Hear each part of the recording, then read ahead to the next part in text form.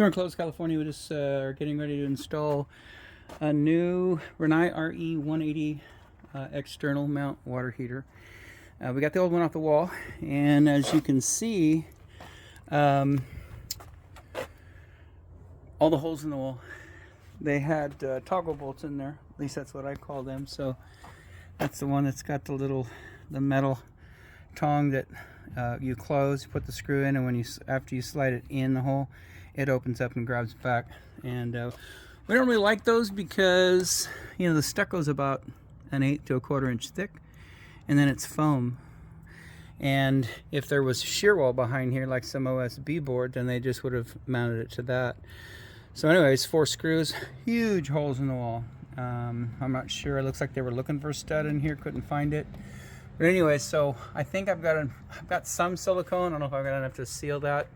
We'll see what we can do. It'd be better to have a stucco repair guy come out and get these holes closed, because those are about 1 inch in diameter.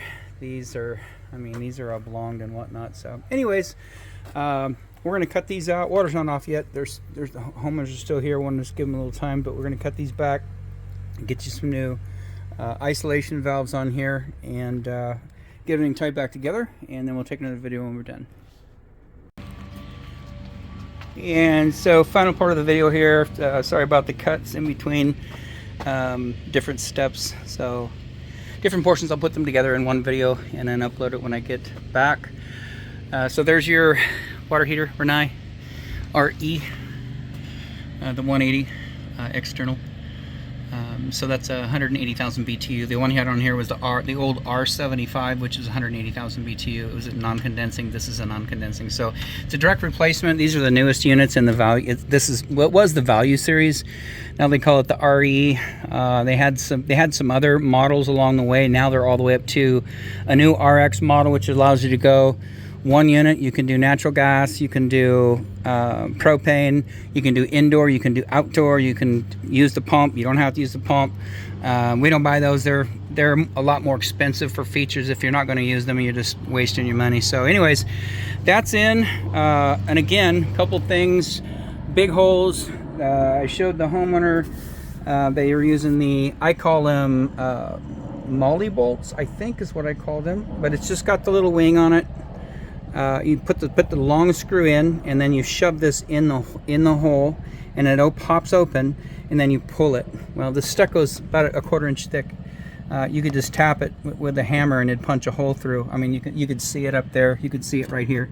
You could see there's the foam sticking right behind there.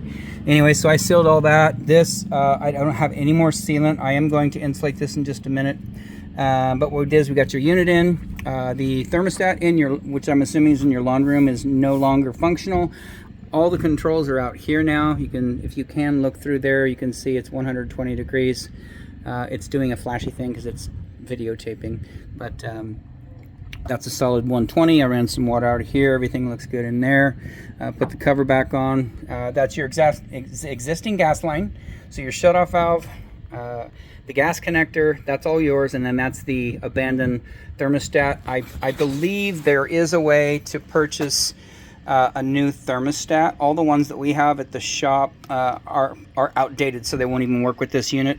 But I believe that you can, through a harness, take the end of this wire that's inside, couple it to a harness, plug it in over here to the little panel where it used to be all dip switches right here. But I'm sure there's a way you can plug it in. If that's something that interests you, let me know.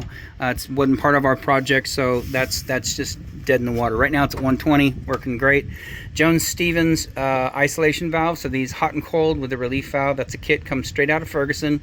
And we used to use only Rinnai. These units, the RE series, do not come with an isolation valve kit. The RL, the RU, the RSC, the RC, RX, those all come with valves, but they're more expensive. And these valves run about 100 to 150 depending on where you buy them. So anyways, Jones-Stevens they're using a lot of products now from Jones-Stevens over at Ferguson. So that's what we picked up, and it's hard piped. It was hard piped in, so we packed it back with copper.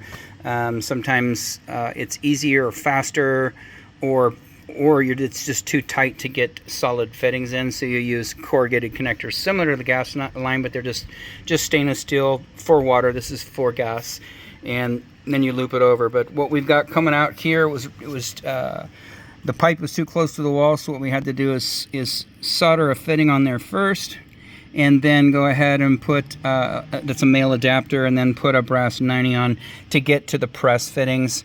And it's a little cockeyed in there, but not too bad. And these are all press fittings, 3/4 press. They're all Viga.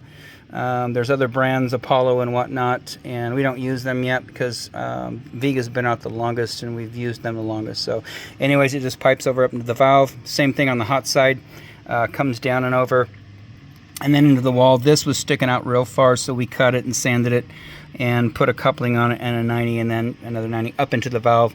Relief valve, minimum, so typically they want to see this valve anywhere from 6 inches above soil or concrete, if you've poured concrete here, 6 inches to 24 inches above soil. This is 23 above soil, so that is code. And so, like I say, I've turned it on, got the wiring back in, this little deal right there, this little whip.